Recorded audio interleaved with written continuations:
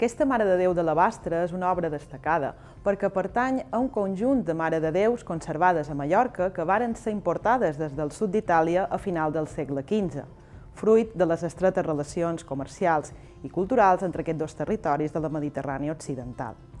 Dins d'aquest conjunt també s'hi troben, per exemple, Nostra Senyora de Mallorca i la Mare de Déu Blanca, conservades a l'església de la Sang de Ciutat.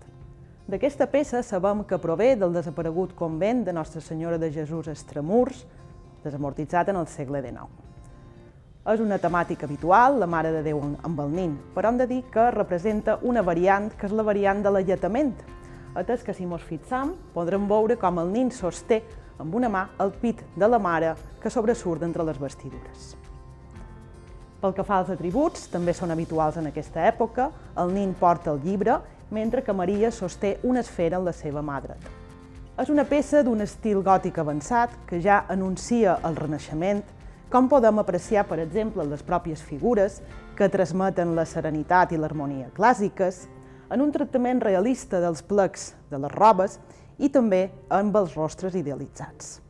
Com és habitual a les obres executades en materials nobles, marbre o alabastre, podem veure com la policromia només s'aplica de manera puntual per enriquir la peça.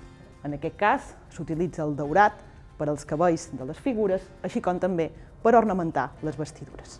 A partir de comparatives amb obres conservades a Sicília, aquesta Mare de Déu, juntament amb la Mare de Déu Blanca de la Sang, han estat atribuïdes al taller o cercle de Domenico Gaggini, un important escultor que va treballar al sud d'Itàlia durant la segona meitat del segle XV.